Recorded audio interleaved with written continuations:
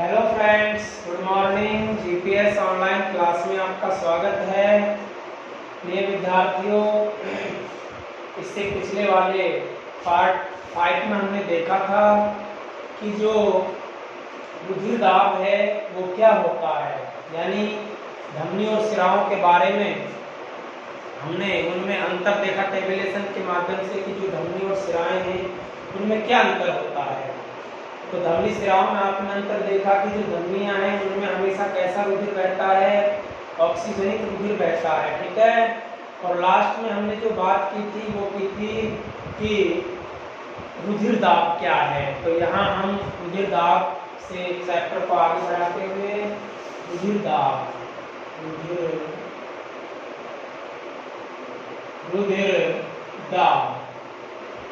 रुधिर दाब बोले तो बीपी यानी ब्लड प्रेशर, या इसको हम रक्तचाप भी कह सकते हैं। रुधिर दाब, रक्तचाप या ब्लड प्रेशर या बीपी कह सकते हैं। तो ये क्या होता है, देखें, रुधिर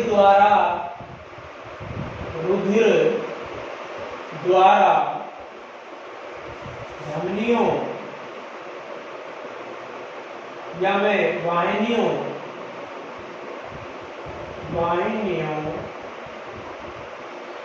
रुधिर द्वारा वाहिनियों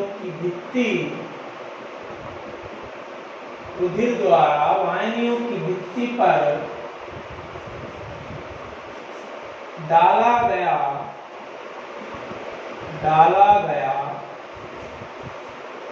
दाब रुधिर दाब कहलाता है। रुधिर दाब कहलाता है, यानी रुधिर दाब क्या होता है, रुधिर द्वारा वाहिनियों बोले तो धमनी व सिरा, ठीक है, वाहिनी, धमनी व सिरा यानी रुधिर द्वारा वाहिनियों की भित्ति पर डाला गया दाब रुधिर दाब कहलाता है। इससे पिछले वाली वीडियो में मैंने आपको बताया था कि हम कोई पाइप है, पाइप के अंदर पानी जा रहा है, पानी चल रहा है, तो पाइप में जो पानी वो पाइप के द्वार पर क्या लगाएगा, बल लगाएगा, प्रेशर लगाएगा। यानी ये कोई पाइप है, इसमें जो वाटर है वो फ्लो कर रहा है, तो वाटर फ्लो करते समय जो वाटर है वो किस पर बल लगाता है, जो पाइप की दीवार है, वाल है, उस पर बल लगाता है। अब जहां से पाइप कमजोर होगा तो क्या हो जाएगा, पाइप फट जाएगा और फटकर पानी बाहर निकल जाएगा। तो ये पाइप क्यों फटा, क्योंकि इस पर पानी दबाव लगा रहा है, दाब लगा रहा है। तो वही कंडीशन हमारे शरीर के अंदर है कि हमारे शरीर के अंदर जो वाहिनियां हैं, वाहिनियों को मैंने बताया कि ये नलियां होती हैं जिनको हम सिरा और धमनियां कहते हैं। तो उनमें रुधिर बह रहा है और वो जो दाब डालता है उसे क्या कहते हैं, रुधिर दाब कहते हैं, ठीक है। तो अगर हम सामान्यतः रूप से बात करें, मनुष्य में सामान्य रूप से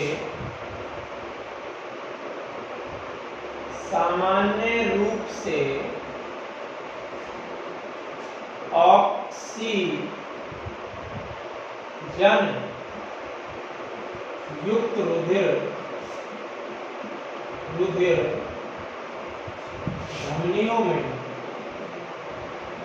धमनियों में बहता है। यानी सामान्यतः या सामान्य रूप से ऑक्सीजन युक्त रुधिर धमनियों में बहता है। किसमें बहता है, धमनियों में बहता है, ठीक है।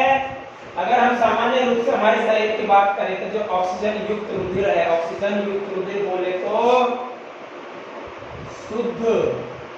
शुद्ध रक्त किसमें बहता है, धमनियों के अंदर बहता है। तथा सामान्यतः विऑक्सीजनित ये तो ऑक्सीजन युक्त या ऑक्सीजनित कह सकते हैं। ये क्या है, विऑक्सीजनित रुधिर सिराओं में बहता है, सिराओं में बहता है। किसमें बहता है प्रिय स्टूडेंट्स? विऑक्सीजनित रुधिर सिराओं में बहता है। या विऑक्सीजनित को हम देसी भाषा में अशुद्ध कह सकते हैं, लेकिन ध्यान करना साइंस की लैंग्वेज में शुद्ध और अशुद्ध रक्त के बारे में कोई शब्द नहीं होते हैं। मैं पहले फिर से दोहरा रहा हूँ, ऑक्सीजनित होता है और क्या होता है? विऑक्सीजनित। तो ये रुधिर किसमें बहता है? सिराओं में बहता है। लेकिन मैंने आपको अपवाद भी बता दिया था टेबुलेशन के माध्यम से। इसमें शुद्ध रुधिर बहता है, कौन सी सिरा है वो? पल्मोनरी वेन है। और इसमें कौन सी है अपवाद स्वरूप? Pulmonary artery. नेक्स्ट हम बात करते हैं जो धमनी है, इन धमनियों की भित्ति पर एक दाब लगता है और वो दाब कहलाता है बच्चों, जब ये धमनियां सिकुड़ती है, क्या होती है? सिकुड़ती है। तो सिकुड़ने के दौरान धमनियों की भित्ति पर रुधिर द्वारा एक दाब लगाया जाता है और उसे कहते हैं प्रकुंचन दाब। कौन सा दाब? प्रकुंचन दाब। या मैं कहूंगा दूसरा सिस्टोलिक दाब। ये सिस्टोलिक दाब क्या है? प्रकुंचन दाब, यानी जब धमनियों की भित्ति क्या होती है? सिकुड़ती है। तो इस दाब का मान होता है बच्चों 120 mm Hg, मिलीमीटर हीमोग्लोबिन, ठीक है। और दूसरा जो दाब है वो है विकुंचन दाब या अनुशीतलन दाब।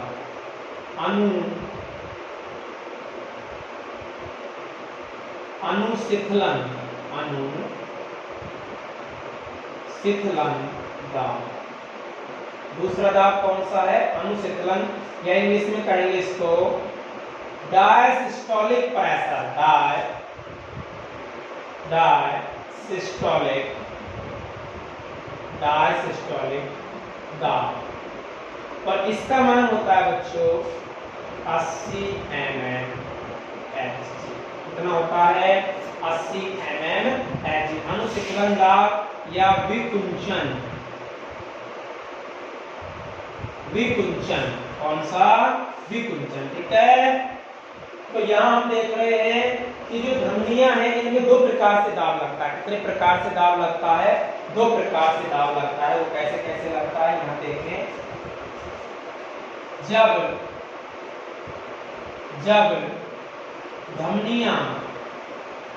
जब धमनियों की भित्ति सिकुड़ती है, क्या होती है? सिकुड़ती है, तो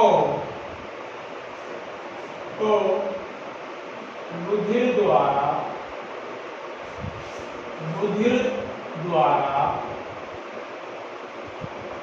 धमनियों की भित्ति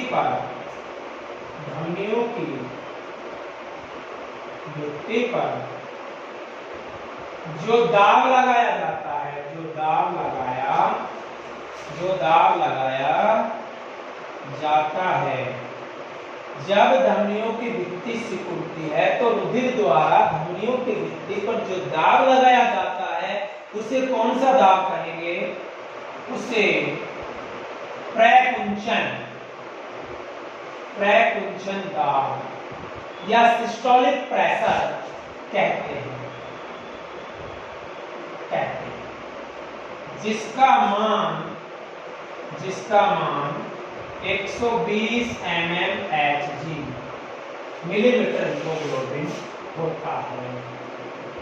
कितना होता है? 120 mm Hg होता है। तो यह ध्यान रहे, प्रकुंचन दाब का मान क्या होता है? 120 mm Hg होता है सिस्टोलिक प्रेशर, ठीक है। यानी जब धमनियों की भित्ति सिकुड़ती है, यानी सिकुड़न के दौरान धमनियों की भित्ति पर रुधिर द्वारा जो दाब लगाया जाता है, जो प्रेशर लगाया जाता है, उसे बच्चों प्रकुंचन या सिस्टोलिक प्रेशर कहते हैं, जिसका मान क्या होता है? 120 mm Hg होता है, ठीक है। नेक्स्ट हम बात करते हैं कि अनुशीतलन या विकुंचन दाब कौन सा होता है। तो यहाँ देखें, विकुंचन दाब क्या होता है?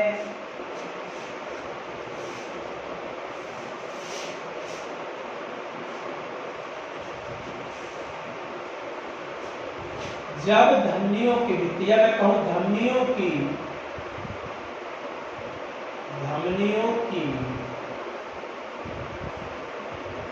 भित्ति के फैलते समय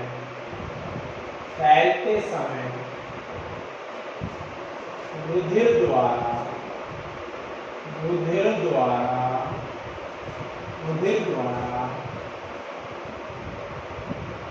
भित्ति पर जो दाब लगाया जाता है,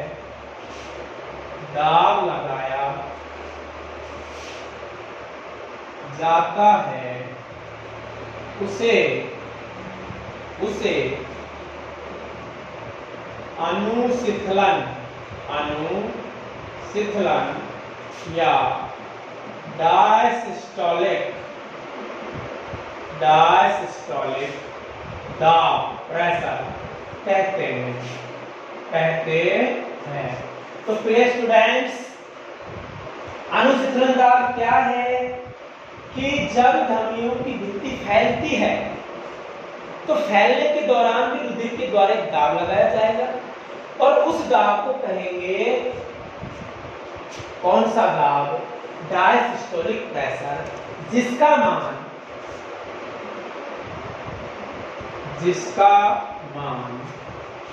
80 mmHg मिलीमीटर हीमोग्लोबिन होता है। तो ये कौन सा दाब हो गया? यहाँ हमने दोनों दाबों को देखा कि रुधिर में दो दाब हैं, एक प्रकुंचन दाब है और एक अनुसिथलन दाब है, यानी एक सिस्टोलिक प्रेशर है तो दूसरा डायसिस्टोलिक प्रेशर है। सिस्टोलिक प्रेशर का मान क्या होता है? 120 mmHg होता है और डायसिस्टोलिक प्रेशर का मान क्या होता है? 80 mmHg होता है। ठीक है। सामान्यतः मनुष्य के अगर हम रुधिर की बात करें तो सामान्य मनुष्य में रुधिर का मान यहाँ सामान्यतः मनुष्य में इसका मान 120/80 mmHg होता है। सामान्यतः मनुष्य में इसका मान 120 मैंने यहाँ बटा लिखा है 120/80। तो 120 यहाँ किस चीज को इंगित कर रहा है? कौन से दाब को? प्रकुंचन दाब यानी सिस्टोलिक प्रेशर। और 80 क्या है? Diastolic pressure.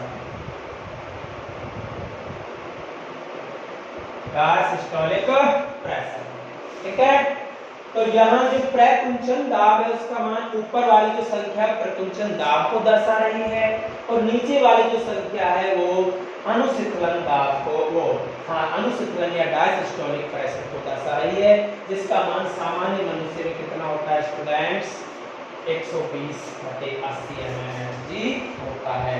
तो ये दो प्रकार के दाब होते हैं जिन्हें हमारी धमनियों के अंदर रुधिर द्वारा लगाया जाता है। इन दोनों को हम ध्यान रखें। जब इन दाब का मान घटता या बढ़ता है तो इससे हमारे शरीर में कुछ रोग उत्पन्न होते हैं जिन्हें हम कहते हैं, यानी कहने का तात्पर्य अगर हम रुधिर दाब के प्रकार देखें तो इन मानों के आधार पर रुधिर दाब के जो प्रकार हैं वो दो होते हैं। इससे पहले रुधिर दाब के प्रकार को जानने से पहले हम इसमें ये जाने कुछ महत्वपूर्ण शब्दावलियां हैं, उन्हें देखें। कुछ महत्वपूर्ण शब्द हैं वो क्या हैं?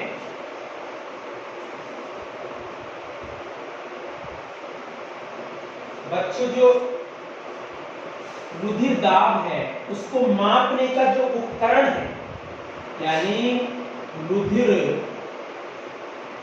दाब को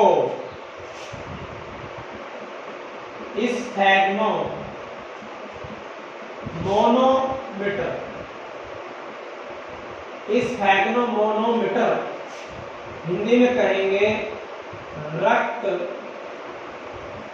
दाब मापी, रक्त दाब मापी या स्फैग्नोमोनोमीटर द्वारा मापा जाता, ठीक है। यानी रुधिर दाब को कौन से उपकरण द्वारा मापा जाता है बच्चों? स्फैग्नोमोनोमीटर द्वारा मापा जाता है। तो यह ध्यान रहे, यह उपकरण है, इसका नाम एग्जाम में काफी बार पूछा गया है। तो यहाँ ध्यान रखें कि रक्त दाब मापने के उपकरण को किस नाम से जानते हैं? रक्त दाब मापी या रक्तचाप मापी कह सकते हैं, या इंग्लिश में कहेंगे स्फैग्नोमोनोमीटर। क्या कहेंगे? स्फैग्नोमोनोमीटर, जिसके द्वारा रुधिर दाब को मापा जाता है। इसको मापा जाता है रुधिर दाब को, ठीक है। सर्वप्रथम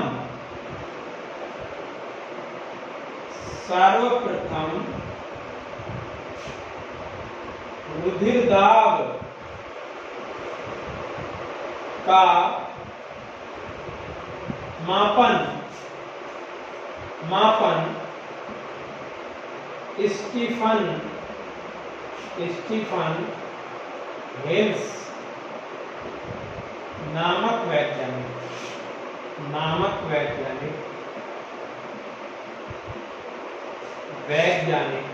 ने 1733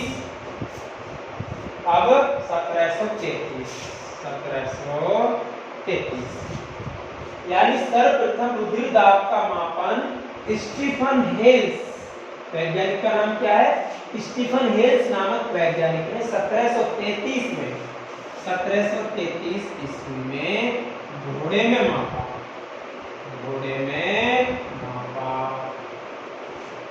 तो प्रिय स्टूडेंट्स, यहाँ याद रखें कि रुधिर दाब का जो मापन है वो किसने किया? सबसे पहले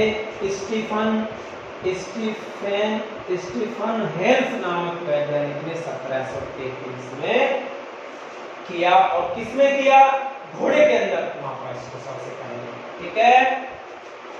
अगली हम बात करते हैं कापलन ने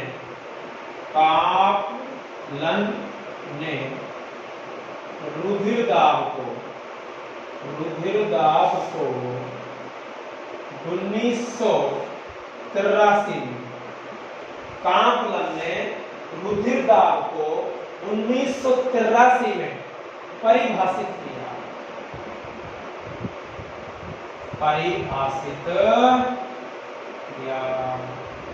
आई बात समझ में? किसने?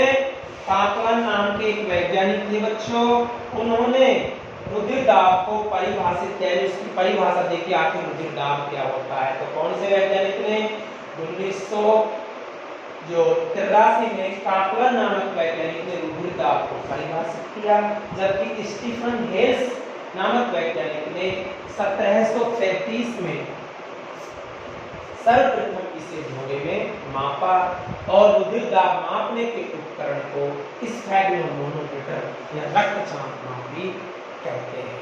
तो ये दोनों तीन जो बातें हैं वो वेरी मोस्ट हैं, 1 नंबर के अंडर साइंस में पूछ ली जाती हैं। तो यहाँ जो स्टूडेंट 1 नंबर के क्वेश्चन को सही करेगा उसके साइंस में 100 में से 100 आएंगे, ध्यान कर लेना।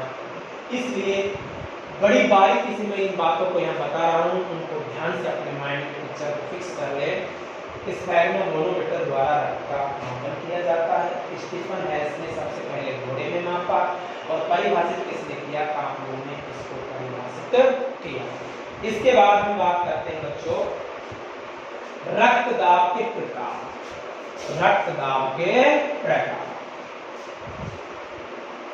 तो रक्त दाब कितने प्रकार का होता है बच्चों?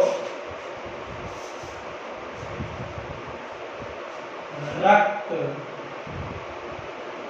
दाब के प्रकार यानी टाइप्स ऑफ ब्लड प्रेशर। तो रक्त दाब कितने प्रकार का होता है? 2 टाइप्स होता है। 2 टाइप्स। रक्त दाब 2 प्रकार का होता है। पहला उच्च या निम्न निम्न रक्तचापीयता यानी बीपी लो। साधारण रूप से हम गांव में देसी भाषा में इसको बीपी लो कहते हैं। तो बीपी लो क्या होती है? इससे पहले आपने दो दाब देखे बच्चों, एक प्रकुंचन दाब, एक विकुंचन या यानी डायसिस्टोलिक प्रेशर। तो जब प्रकुंचन दाब और अनुशीतलन दाब का मान 120/80 mmHg से नीचे हो जाए या कम हो जाए तो हमारी जो धमनियां हैं उनमें जो रुधिर का प्रवाह है वो कैसा हो जाता है? धीमा हो जाता है।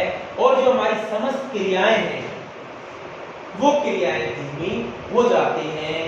और इस घटना को ही हम क्या कहेंगे? निम्न रक्तचाप या बीपी लो कहते हैं। तो क्या होता है? देखिए,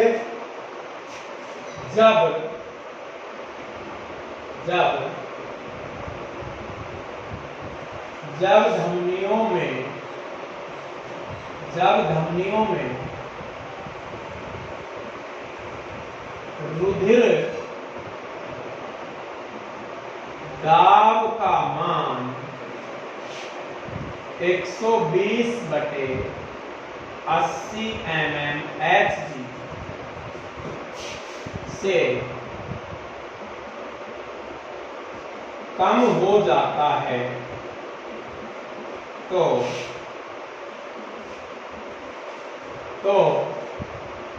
हमारे शरीर की धमनियों में साधारण रूप से नसों में, किसमें? नस। हम नस कहते हैं, साधारण रूप में क्या कहते हैं? नस। तो नसों में यानी धमनियों में रुधिर का प्रवाह है धीमा हो जाता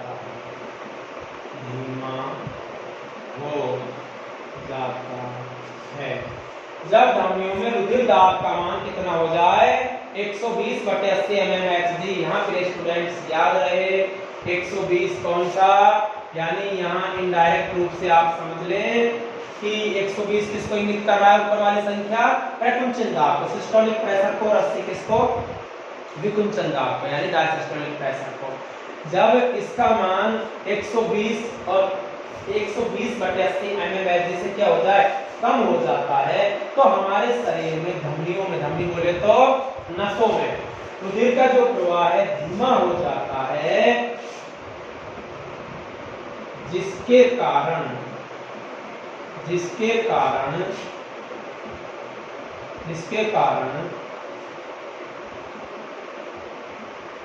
शारीरिक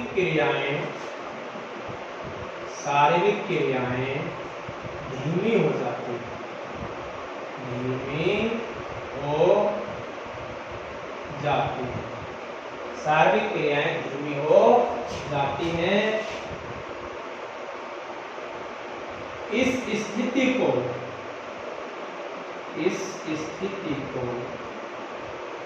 बीपी लो कहते हैं। क्या कहते हैं बच्चों? बीपी लो कहते हैं। यानी जब धमनियों में रुधिर दाब का मान 120/80 mmHg से कम हो जाता है तो हमारे शरीर की धमनियों में यानी नसों में रुधिर का प्रवाह धीमा हो जाता है, जिससे शारीरिक क्रियाएं, समस्त शारीरिक क्रियाएं बोले तो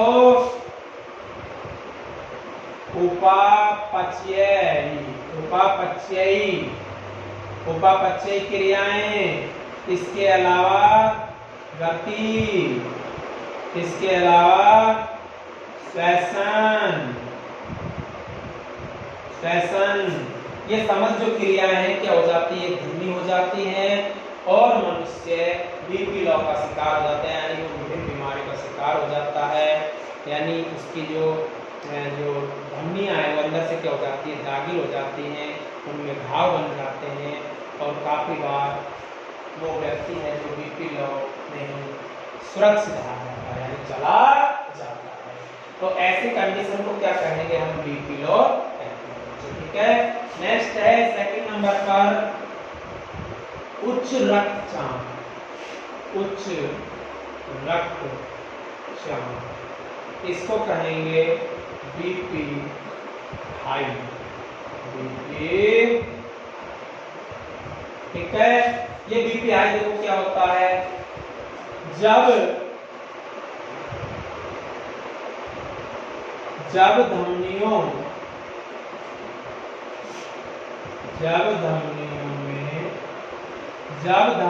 में रुधिर दाब का मान 120/80 mm Hg से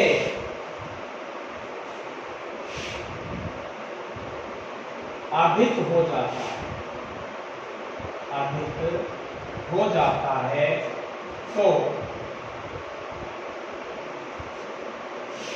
तो हमारे शरीर की धमनियों यानी धमनियों में रुधिर का प्रवाह तेज हो जाता है। रुधिर का प्रवाह क्या हो जाता है? तेज हो जाता है, जिससे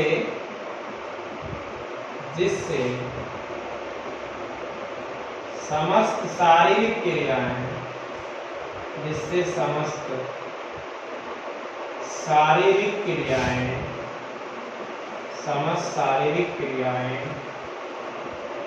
तेज हो जाती है।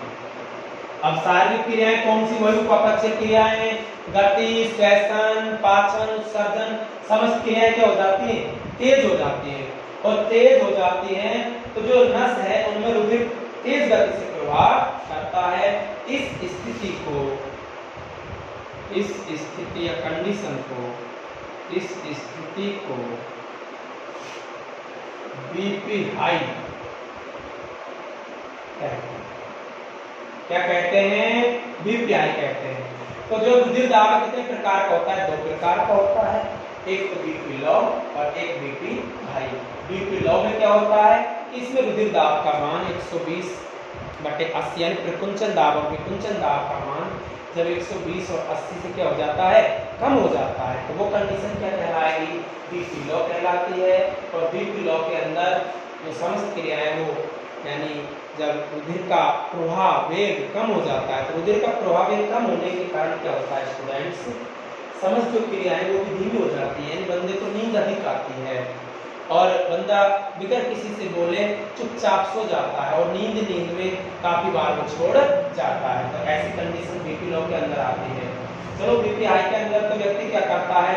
उत्पाद मचाता है, बेवजह उसके शरीर में यानी घूमता फिरता है बेवजह, और जो शारीरिक क्रियाएं अत्यधिक उत्तेजित होने के कारण वह व्यक्ति यानी साधारण बातों पर भी गुस्सा करने लग जाता है और वह अपने आवेगों को रोक नहीं पाता है। तो ऐसी कंडीशन किसके अंदर आती है? बीपी हाई के अंदर आती है। और बीपी हाई में बंदे का हमको पता लग जाता है, लेकिन खतरनाक कौन सी होती है? बीपी लो होती है कि इसमें बिगर व्यक्ति का पता लगे ही व्यक्ति चुपचाप ही छोड़ जाता है। छोड़ने से तात्पर्य है वो मर जाता है। ठीक है, तो यहाँ उच्च रक्तचाप और निम्न रक्तचाप जिनको आपने यहाँ देखा। ठीक है बच्चों, अब हम यहाँ से आगे बात करते हैं कि जो उच्च रक्तचाप है, उच्च रक्तचाप के क्या क्या कारण है? यानी उच्च रक्तचाप के कारण, उच्च रक्तचाप किस कारण से होता है? उच्च रक्तचाप के कारण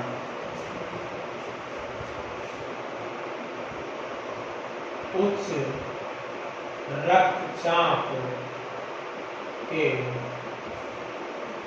कारण तो बच्चों उच्च रक्तचाप के क्या क्या कारण हो सकते हैं बीपी हाई के? एक तो क्रोध,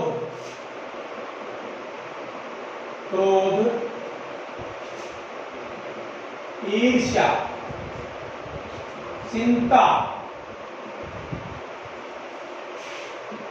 क्रोध, ईर्ष्या, चिंता, मनन,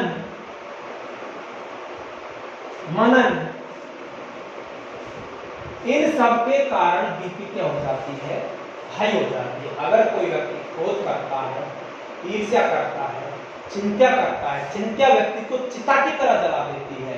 चिता जाहिर है कि जो चिता है वो बाहरी रूप से जलाती है, लेकिन जो चिंता है ये व्यक्ति को आंतरिक रूप से अंदर से जला देती है।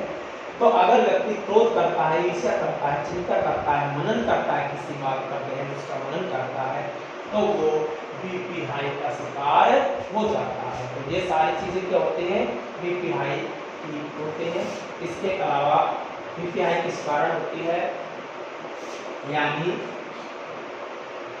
वसायुक्त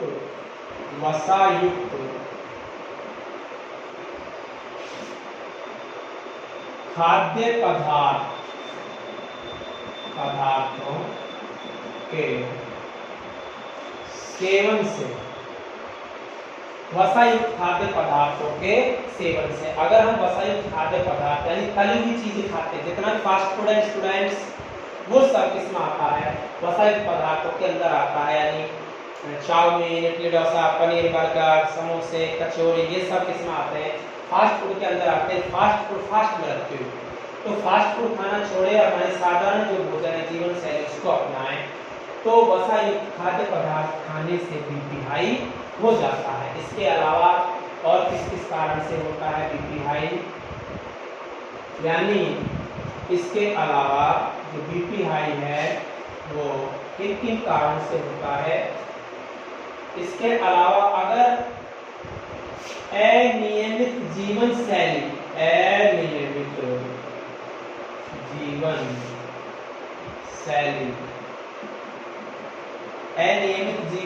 अगर हम अपना रहे हैं, तो अनियमित जीवन शैली के कारण भी क्या होता है? उच्च रुधिर चाप हो जाता है। या हम बात करें व्यायाम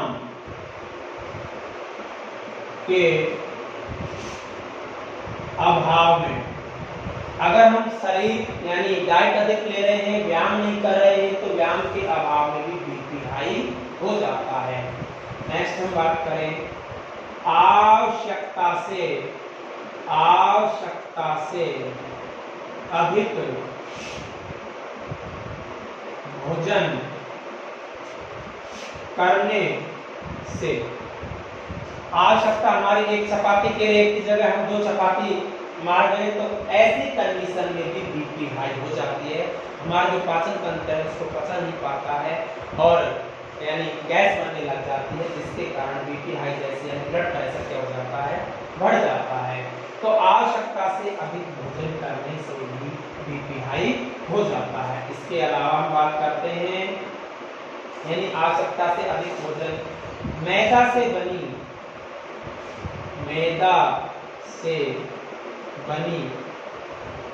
खाद्य सामग्री का उपयोग करने से प्रिय स्टूडेंट्स, अगर मैदा से बनी खाद्य सामग्री का हम उपयोग कर रहे हैं, तो मैदा से बनी जो खाद्य सामग्री है वो बीपी को शीघ्र बढ़ाती है। ठीक है। इसके अलावा जो बीपी बढ़ने के कारण होते हैं, शराब या मैं कह सकता हूं मदिरा, सिगरेट, बीड़ी, तंबाकू,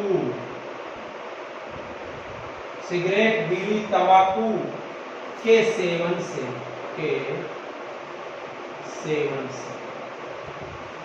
यानी बीपी हाई और कैसे होती है? शराब यानी मदिरा पी रहे हैं, सिगरेट पी रहे हैं, बीड़ी पी रहे हैं, तंबाकू पी रहे हैं, इनका अत्यधिक मात्रा में सेवन कर रहे हैं, तो ये भी प्रिय स्टूडेंट हमारे जो बीपी हाई है उसको बढ़ा देती है, यानी बीपी हाई कर देती है, ब्लड प्रेशर को बढ़ा देती है। तो ये सारी बातें उच्च रक्तचाप के क्या है, कारण है। इन सब बातों से अगर हम बचते रहेंगे, इन सब चीजों से अगर हम बचते रहेंगे तो हम बीपी हाई के शिकार नहीं होंगे, ठीक है। एक इसमें और भी हम कह सकते हैं कि पन्नी युक्त यानी बंद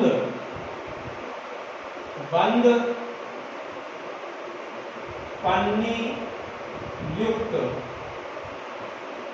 खाद्य सामग्री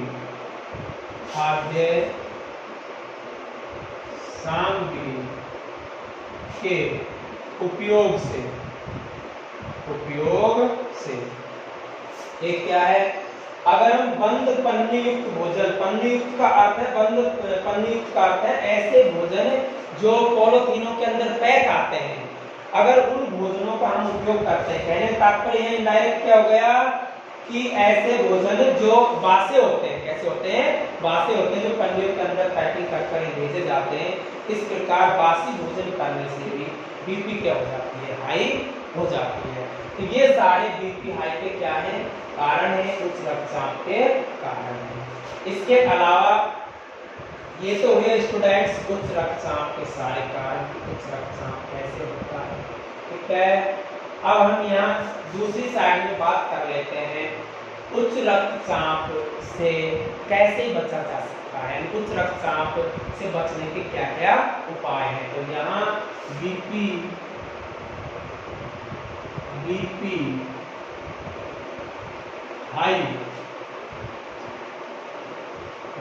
हाई से बचाव के उपाय, कि बीपी हाई से कैसे बचा जा सकता है, यानी उच्च रक्तचाप से कैसे बचा जा सकता है। तो जाहिर सी बात है उच्च रक्तचाप से बचने के लिए हमको यानी ताजा खाना खाना चाहिए। पहला, ताजे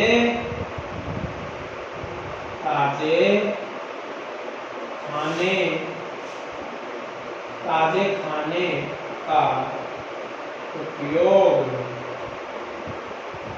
करना चाहिए, यानी जो ताजा खाना है वो खाना चाहिए।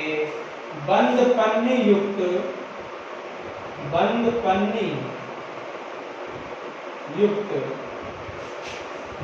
भोजन नहीं करना चाहिए, यानी हमको बंद पन्नी युक्त या बंद थैली युक्त भोजन सामग्री, भोज्य सामग्री का उपयोग नहीं करना चाहिए। कैसे भोजन का, ताजे भोजन का या ताजे खाने का उपयोग नहीं करना चाहिए।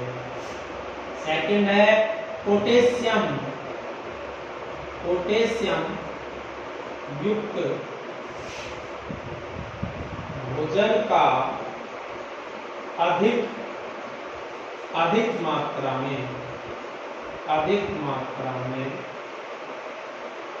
सेवन करना चाहिए, यानी पोटेशियम युक्त भोजन का अधिक मात्रा में सेवन करना चाहिए। पोटेशियम युक्त भोजन क्या होते हैं बच्चों, जो एग्जाम्पल है ताजा फल, यानी हमको ताजा फलों का उपयोग ही करना चाहिए। ताजा फल होते हैं, ताजा फलों के अंदर पोटेशियम है वो ढेर सारी मात्रा में पाया जाता है, तो हमको ताजी फल का उपयोग करना चाहिए, ताजे फल खाने चाहिए, उनमें पोटेशियम पाया जाता है। नेक्स्ट हम बात करते हैं थर्ड नंबर पर, यानी इसके अलावा मैग्नीशियम व कैल्शियम युक्त खाद्य सामग्री का उपयोग करें, यानी कैल्शियम और मैग्नीशियम युक्त खाद्य सामग्री का उपयोग करना चाहिए। ये कैल्शियम मैग्नीशियम युक्त खाद्य सामग्री किसमें होती है, एग्जाम्पल यहाँ जैसे अपनी जो पत्ता गोभी होती है, क्या होती है, पत्ता गोभी, जिनमें रेशों की मात्रा किसकी, रेशों की मात्रा भरपूर होती है, भरपूर होती है। इसमें पत्ता गोभी में, यानी पत्ते गोभी में रेशों की मात्रा भरपूर होती है, और रेशों की मात्रा जहाँ होती है वो कैल्शियम मैग्नीशियम की मात्रा, यानी वो जो भोज्य सामग्री है कैल्शियम मैग्नीशियम रिच होता है, कैल्शियम मैग्नीशियम उसमें अधिक मात्रा में होता है। अगर हम इनका सेवन करते हैं तो हम बीपी लॉ से बच सकते हैं। इसके अलावा और हम देखते हैं कि बीपी लॉ से बचने के, तो बीपी हाई से बचने के और कौन कौन से उपाय हैं। तो प्रिय स्टूडेंट्स, यहाँ जो बीपी हाई के कारण अभी हमने देखे थे, अगर उनका सेवन को हम बंद कर दें तो वो इससे बीपी जो हाई है उससे बचने के क्या हो जाएंगे, उपाय हो जाएंगे। ठीक है, बीपी हाई से बचने के उपाय, ये बीपी हाई से बचने के उपाय हो गए हमारे। ठीक है, इसके अलावा देखते हैं आगे, चौथे नंबर पर शराब या मैं कहूँ मदिरा पान एवं तंबाकू पान का उपयोग कम करें,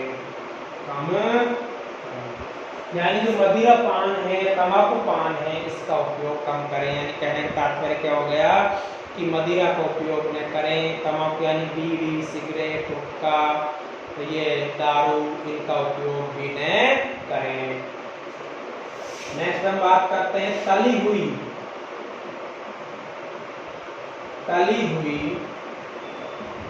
खाद्य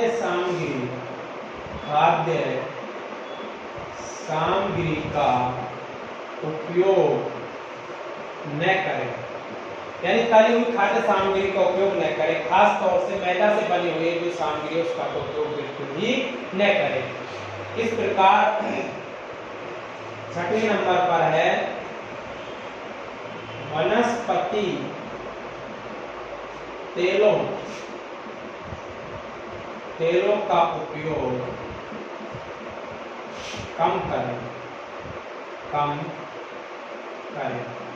यानी जो वनस्पति तेल है, वनस्पति तेलों का उपयोग हमको कम करना चाहिए। अगर हम इस प्रकार वनस्पति तेलों का उपयोग कम करते हैं तो फिर स्टूडेंट जाहिर सी बात है कि क्या होगा, जो बीपी हाई है उससे हम बच सकते हैं।